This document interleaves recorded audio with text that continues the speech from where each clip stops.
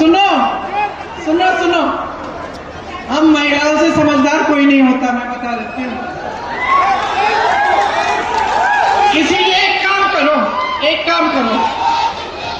ले लो 10,000 रुपए दे रहे हैं, ले लो, लेकिन वोट तुम अपने देश के लिए डालो। वोट तुम इस धरती के लिए डालो, वोट तुम अपने भविष्य के लिए डालो, अपने बच्चों के भविष्य के लिए डालो। इनकी बातों में मत पड़ो, बहुत हो गया है बहनों, बहुत हो गया है। आप संघर्ष कर रही हो, आपको कुछ नहीं दिया जाता। समझदारी से सारी पार्टियों को पहचानो। आज मैं खड़ी हूं आपके सामने और मैं आपको बता रही हूं कि कांग्रेस पार्टी ने, गठबंधन ने ये तय किया है कि हम 2500 रुपए हर महीने आपको देंगे, ठीक है। अब कल को मैं भूल गई और ये काम नहीं हुआ तो मुझे दंड देनी पड़ेगी, आपको देनी पड़ेगी। तो ये समझो, इन्होंने कितने वादे किए, कितने खोखले वादे किए, यहाँ की चीनी मिल से लेके, किसानों से लेके, महिलाओं से लेके, कितने झूठे वादे किए हैं। तो आप इनको सबक सिखाओ ना। आपको पहचान होनी चाहिए कि किसकी नीयत क्या है। देखिए, मेरा भाई है इसलिए नहीं कह रही हूं, लेकिन राहुल गांधी एक असली देशभक्त है,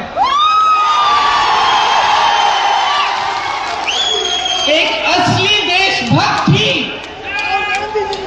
इस देश को एक करने के लिए, जोड़ने के लिए 4000 किलोमीटर चल सकता है। एक असली देशभक्त ही आपके पास आकर आपकी समस्याओं को समझना चाहता है। चाहे वो किसी बढ़ाई की दुकान में हो, चाहे किसी मोची के पास हो, चाहे किसानों के साथ खेती में हो, क्यों जाता है? समझने के लिए कि मैं कैसे मदद कर सकता हूं। सरकार कौन सी स्कीम ला सकती है जब हमारी सरकार होगी जिससे आपका उत्थान हो सके। उसको असली देशभक्त कहते हैं, जो इस देश के लिए मरने के लिए तैयार हो। असली देशभक्त, सुनिए, असली देशभक्त चोरी से सत्ता में नहीं आते।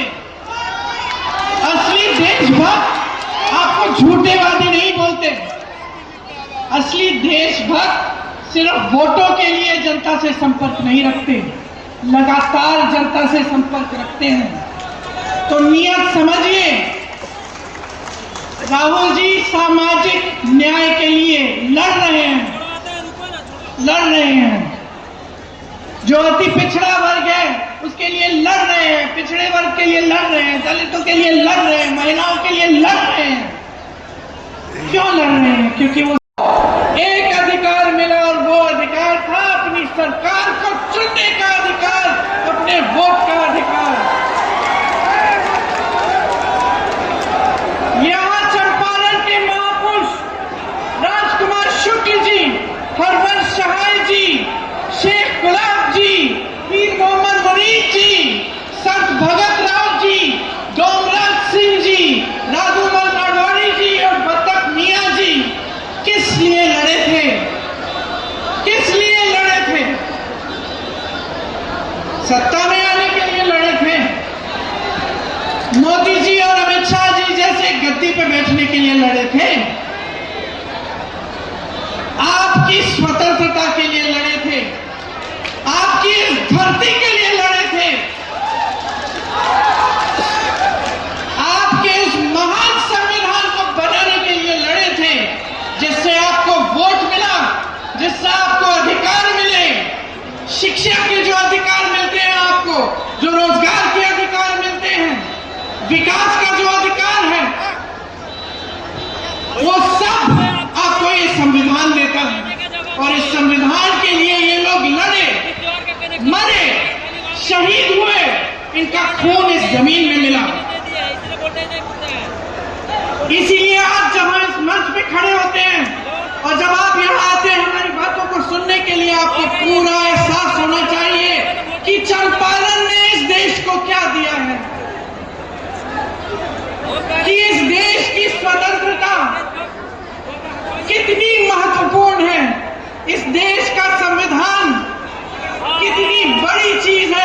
हिफाजत से रखना पड़ेगा, जिसकी सुरक्षा हम सबके हाथों में है। देखिए,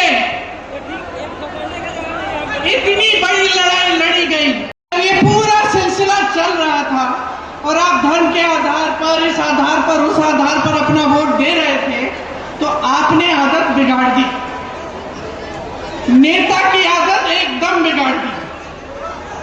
समझ रहे हैं आप? अब आज मैं नेता हूं, अगर मुझे मालूम होता कि भाई मुझे काम करने की जरूरत नहीं है, मुझे कोई उद्योग नहीं लगाना, मुझे कोई नौकरी नहीं दिलवानी, कोई रोजगार नहीं दिलवाना, कुछ करने की जरूरत नहीं है, मैं चुनाव के समय धर्म का नाम लूंगी, मुझे वोट मिल जाएंगे, तो क्या मैं काम करती? अरे बच्चा नहीं करता है, घर में बच्चा होता है, उसको कहते हो बेटा ये कर लो। अगर उसको पता चल गया कि बगैर कुछ किए कुछ इनाम मिलने वाला, तो नहीं करेगा। अगर आप अपने बच्चों को, बेटों को घर पे बिठाओगे, खाना खिलाओगे, उनकी देखभाल करोगे और उनको कभी बड़े हो गए उनको रोजगार नहीं करना, तो नहीं करेगा, बैठा रहेगा घर पे। उसके मन में ये बात थोड़ी आएगी कि मुझे भी अपने माता पिता के लिए कुछ करना है, उसकी तो ऐसा होना।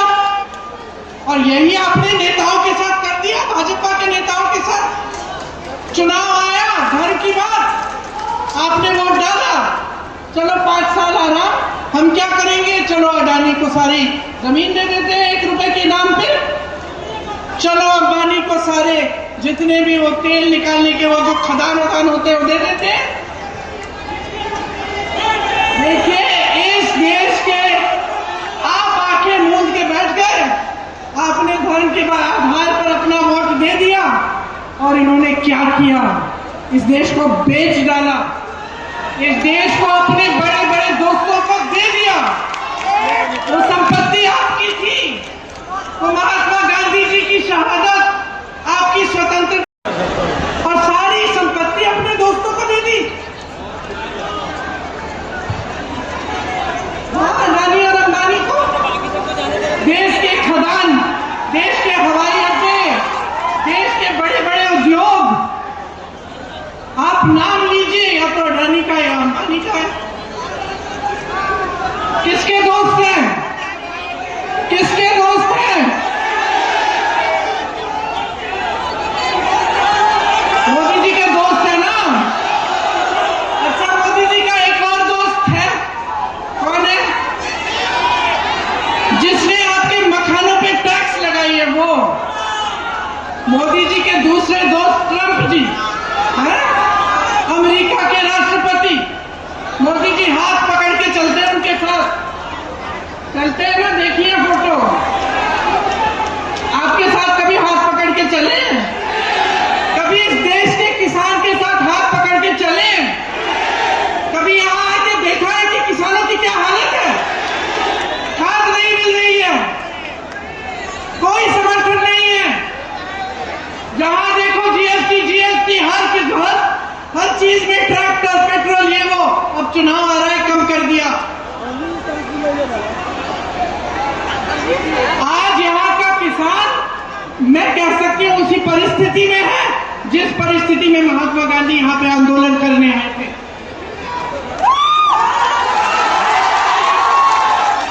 कोई सुनवाई नहीं है आपकी इस सरकार में। और अब देखना बहनों, देखना, अब चुनाव के लिए 1 महीना तकरीबन बचा है ना, थोड़ा कम उससे 1-2 हफ्ते बचे हैं। अब देखना कैसे ऐलान होंगे। एक तो हो गया, कहते सब महिलाओं को 10,000 रुपए देंगे, क्या हर महीने देंगे? आज क्यों जागे हैं? 20 सालों से इनकी सत्ता थी, इनकी सरकार थी, तब तो नहीं बोला कि 10,000 रुपए देंगे महिलाओं को। आज क्यों दे रहे हैं? आपके वोट के लिए, आपके वोट के लिए दे रहे हैं। चुनाव को खत्म होने दीजिए। ये लोग कहते हैं ना, भाजपा के नेता, कि 70 सालों में क्या हुआ। कहते हैं ना कि कांग्रेस ने 70 सालों में क्या किया, इन अधिकारों को मजबूत बनाया।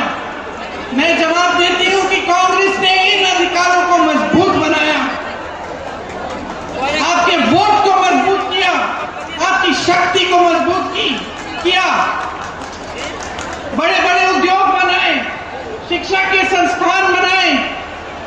कांग्रेस का राज था बिहार में, तो कितने बड़े बड़े संस्थान बने, कितने बड़े बांध बने, कितनी सड़कें बनी।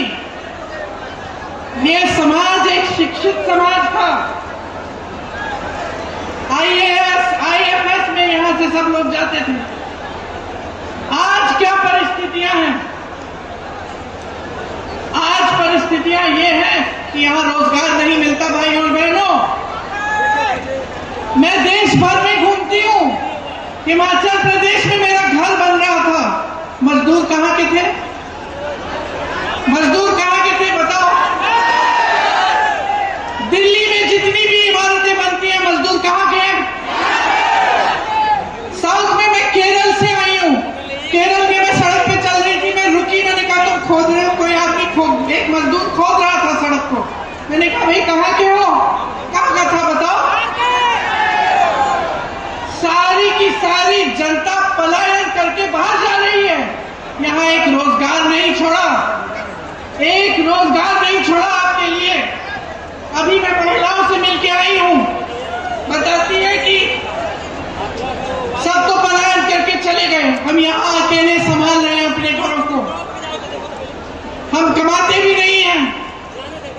आशा वाली महिलाएं थी, आंगनवाड़ी की महिलाएं थी, जीविका की महिलाएं थी, कहते हैं दीदी हम कमा ही नहीं सकते, हम 8 से 10 घंटे काम करते हैं। कोई रात को फोन आया कि डिलीवरी है, हमें जाना पड़ता है।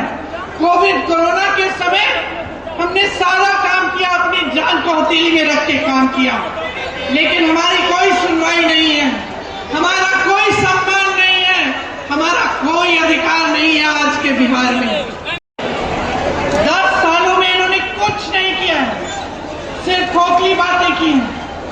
और आज आप इस परिस्थिति में हैं कि आपको यहाँ रोजगार नहीं मिलता, आपकी शिक्षा के संस्थान नहीं है, आपके लिए मौके नहीं हैं। यहाँ की महिलाएं दिन रात काम कर रही हैं, लेकिन फिर भी कमा नहीं पा रही हैं। कांग्रेस ने खाद्य सुरक्षा का कानून लाए, कांग्रेस लाई, शिक्षा का अधिकार लाई, रोजगार का अधिकार लाई, जिससे आपको मनरेगा मिला। देश के कोने कोने में गरीब लोग मनरेगा से कमा सकते हैं। मनरेगा में इन्होंने कम पैसे डाले, ये सारी स्कीमें इन्होंने कम कर डाली, और फिर भी यहाँ आकर आपके सामने एहसान लाते हैं जैसे आपके लिए बहुत बड़े बड़े काम कर लिए इन्होंने। कुछ नहीं किया, और काम करना नेता का फर्ज होता है।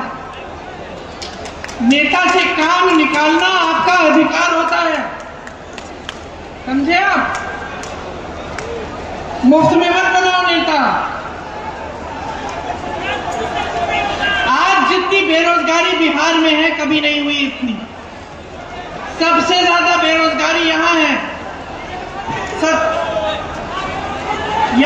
यहाँ से सबसे नौजवान जनता यहीं की है, और फिर भी आप अपने बच्चों का भविष्य यहाँ बिहार में नहीं बना सकते। जितनी नौकरियां थी सब ठेके पे हो गई हैं। जितने बड़े बड़े सरकारी उद्योग थे, अब वो भी ठेके पे नौकरियां करवा रहे हैं, रोजगार कर दिलवा रहे हैं। कोई पक्का रोजगार नहीं मिलता। आपकी शिक्षा का सिस्टम बर्बाद हो गया है, पेपर लीक पे पेपर लीक हो रहा है, और कोई समाधान ही नहीं है। हमारा गठबंधन कह रहा है कि हम जॉब कैलेंडर लाएंगे, उसमें पहले से पता चलेगा कि इम्तिहान कब होगा, रिजल्ट कब आएगा और नियुक्तियां कब होंगी, और उससे कोई इधर उधर हुआ तो उस पर सख्त दंड डाला जाएगा।